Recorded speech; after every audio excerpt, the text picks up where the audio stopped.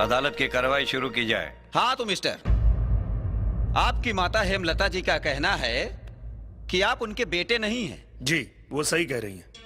मैं उनका बेटा नहीं हूं। अगर ये मेरी माँ होती तो मुझे सीने से लगा लेती, कोर्ट कचहरी के चक्कर नहीं लगवाती। दरअसल ये मेरी माँ नहीं, सौतेली माँ है। आखिरी बार आपको 8 दिन पहले देखा गया और फिर अचानक से आप गायब हो गए। कहाँ चले गए थे? हॉस्पिटल में मेरा इलाज चल रहा था। ओह, हॉस्पिटल में इलाज? किस चीज का? मेरी गाड़ी का एक्सीडेंट हुआ था। अच्छा अच्छा अच्छा, आपकी गाड़ी का एक्सीडेंट हो गया और आपकी गाड़ी खाई में गिर गई, तो फिर आप अस्पताल कैसे पहुंच गए? जी नहीं, मेरी गाड़ी खाई में नहीं गिरी थी। मेरी गाड़ी ट्रक से लड़ी थी और एक्सीडेंट के बाद मैं बेहोश हो गया। जब मुझे होश आया तो मैंने अपने आप को हॉस्पिटल में पाया। यस योर ऑनर, मेरे मुवक्किल बिल्कुल सही कह रहे हैं। ये रहा संजीवनी हॉस्पिटल का बिल।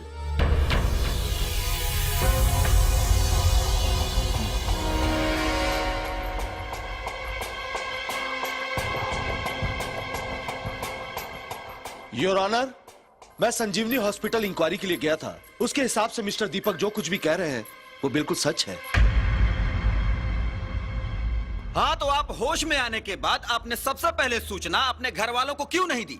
क्योंकि मुझे 3 दिन बाद होश आया और होश में आने के बाद डॉक्टर ने मुझे आराम करने की सलाह दी। 5 दिन के बाद रक्षाबंधन का त्योहार था।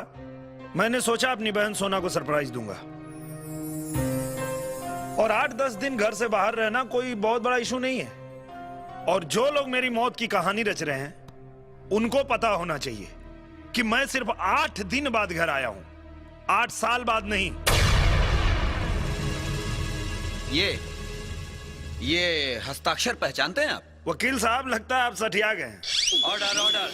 ये कोई भी देख के बता सकता है कि ये दीपक के हस्ताक्षर है। हाँ, ये दीपक के हस्ताक्षर है, आपके नहीं। लगता है आज भांग खा के आए हैं। जब दीपक मैं हूं तो ये हस्ताक्षर भी मेरा ही है। अच्छा, तो क्या आप ठीक ऐसा ही दूसरा हस्ताक्षर कर सकते हैं? ऐसा दूसरा क्यों? ऐसा ही कर देता हूं। कहां करना है बताइए? हाँ।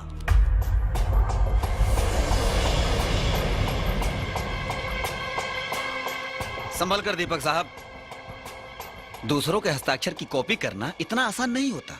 आप मुझे डरा रहे हैं? नहीं नहीं, समझा रहा हूं।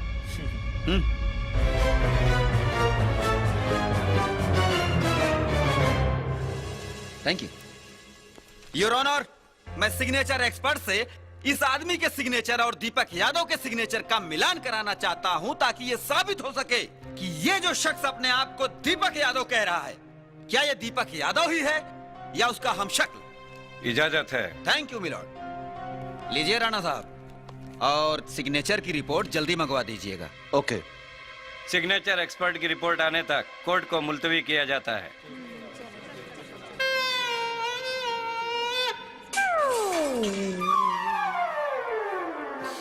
बाप रे बाप, अरे वो तो हमनियों से बड़ा वाला कमीना बुझाता।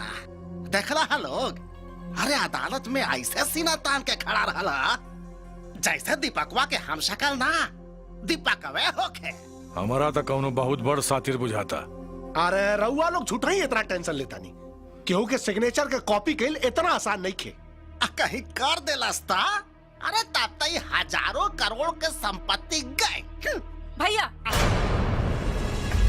हम ऊ नागिन हई कि हमार काटल पानी भी ना मांगेला। हमार करोड़ों रुपया तो दूर, 1000 भी ना मिली ओकरा के।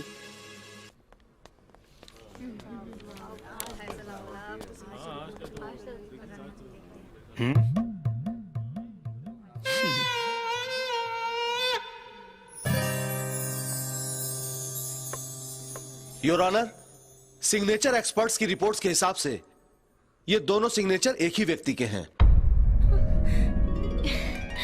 यानी कि मिस्टर दीपक के। ये रही इसकी रिपोर्ट।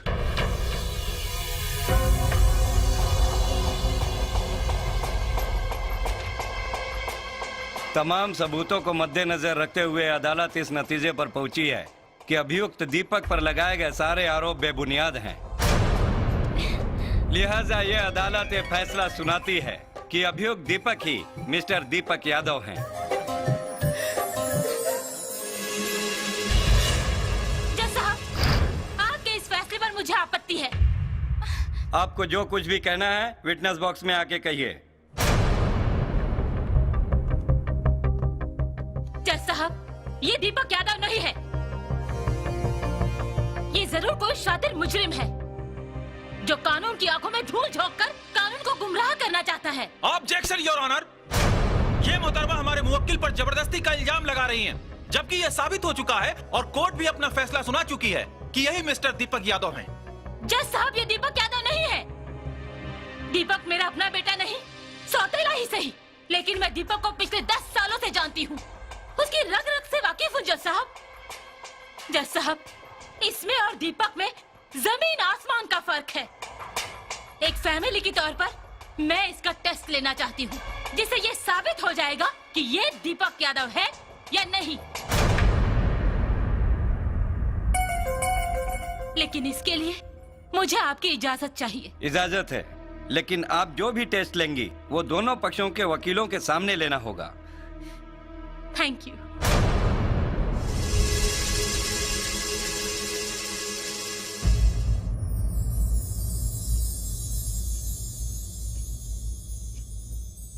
ये सब केकर फोटो हो?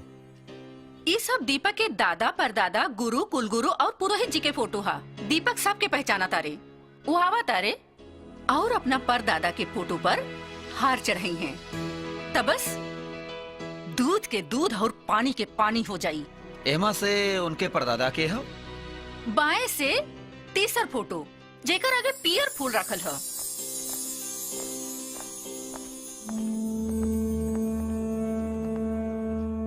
दीपक, आज तोहरा परदादा के श्राद्ध है, याद है कि भुला गईला?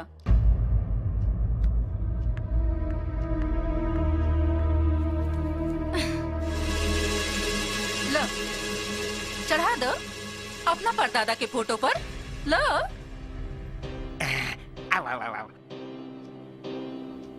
अरे का भइल? का सोचत बाड़ा? चढ़ा दो।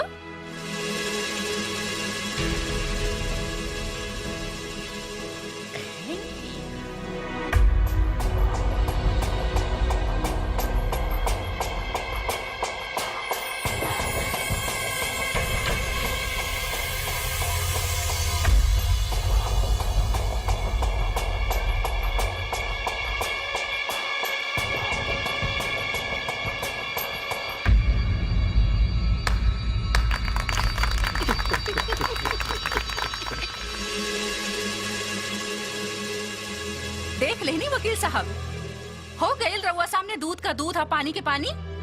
हम तो पहले ही कहत रहनी कि ये दीपक ना जरूर कोनो सातिर बदमाश है, जमन रातों रात अरबपति बने के खातिर दीपक के जगह लेवे चाहता। राणा साहब, गिरफ्तार करिए एकरा के। कौना जुर्म में? काहे कि ये साबित हो गइल बा कि तय दीपक ना हुए। कैसे साबित हो गई? वो ऐसे कि ते अपना परदादा के फोटो पर ना कुलगुरु के फोटो पर हार चढ़ौले बाड़े। हमरा पता बा कि हमरा कुलगुरु के फोटो है। शायद तू ही भुला गेल बाड़ू कि ये घर में कोनो भी पूजा अनुष्ठान में सबसे पहले कुलगुरु के पूजा होला। जा दूसरा हार ले आओ। मैडम, दूसर हार लाई। ले आई मैडम।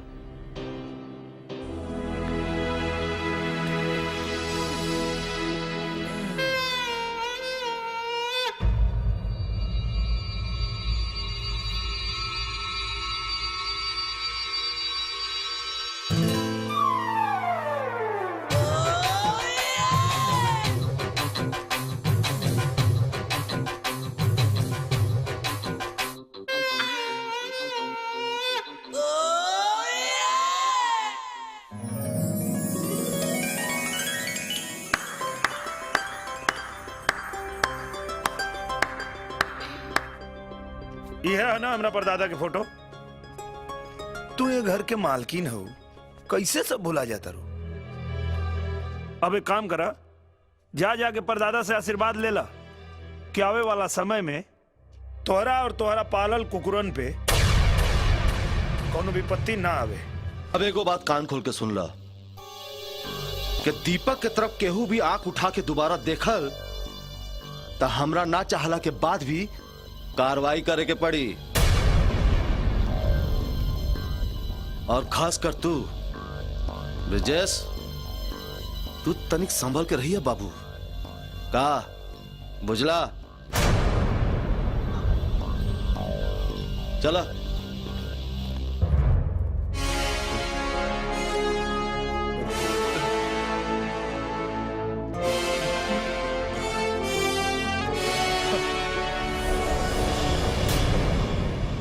हसमुख, जी दीपक भैया, एगो कुर्सी और झाड़ू लेके आओ था। अबे लावतानी। हाँ दीपक भैया। हैली। हसमुख जी भैया। हमरा गैला के बाद यहाँ का भइल रहे रे? भैया रउआ गैला के बाद ही घर में बहुत अत्याचार भइल रहे। घर के मालकिन सोना दीदी के नौकरानी बना के ऐसा बहुत प्रताड़ित कइल गइल रहे। के कैले रहे रे ई सब? इमामा जी। ना भागना ना, हम ना कैले रहनी। अरे ये सब तो तोहरा ही सौतेली माई के काम रहे, भगवान के सब।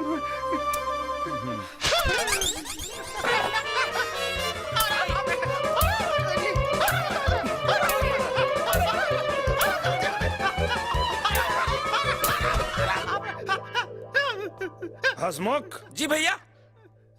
आज के बाद ही घर में झाड़ू पोछा तू लोग ना करवा। जी भैया। ई करिए। अब भैया। हाँ। दिन भर में 5 बार खाना मांगेला खाए खातिर। अच्छा जी भैया। ताज से इनके सुबह शाम 2 रोटी और प्याज दा। ठीक बा। और काम करे से पीछे हटे जी। तो एक बेरा के रोटी बंद। ठीक बा। चला शुरू हो जा, शुरू हो जा। हाँ। और का भइल रहे यहाँ? भैया ई बरजेसवा बड़का भिखारी बा। एकरा लागत घर में जगह ना रहे तो अपन सारा बोरिया बिस्तर बांध के राउर रूम पे कब्जा कर ले बा।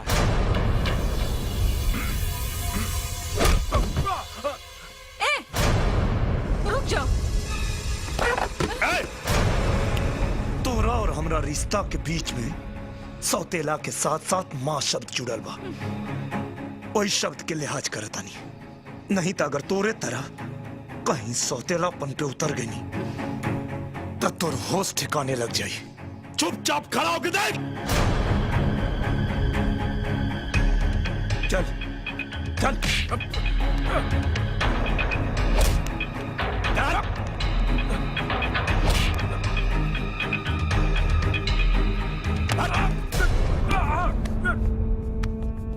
फटाफट सामान समेट और निकल यहाँ से। हसमुख, सामान रख। ए तार बाप के नौकर हैं का? हम दीपक भैया के नौकर हैं। चल फटाफट निकल।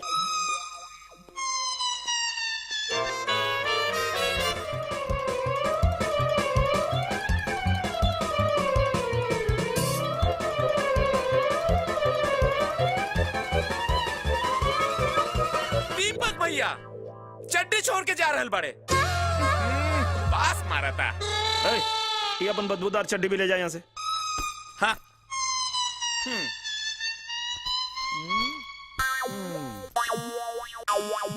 हसमुख जी भैया। चड्डी समेत बाहर फेंक क्या? आई आई। अरे काली राम का खुल गया पोल, बीच बजरिया डब्बा गोल। खुल गया पूरा पोल। बोल हरी बोल हरी बोल हरी बोल। ए वॉचमैन भैया। हाँ भैया। तू दरवाजा जरा ठीक से लगा लो और इनका खातिर परमानेंट दरवाजा बंद। ठीक बा। हो गई बंद। का हाल बा भाई? ठीक बा हो। ठीक ठाक बा। हेने आओ। का बा? जानता हो तहर गड़िया में जे बैठल बा आदमी के बा? के बा? ई जौना पत्तल में खा लनू वही में छेद करेला। हाँ। और जौना मालिक के यहाँ नौकरी करत रहे ओकरा धान हड़पे के कोशिश कैले रहे। का बात करत रहा भाई? अरे ससुर के। हाँ। निकल ससुरा। हाँ। कैसा नीच आदमी के बैठा ले ले बानी। चल निकल। आवा बैठ बैठ। हाँ निकल। फुर, अरे बाप रे,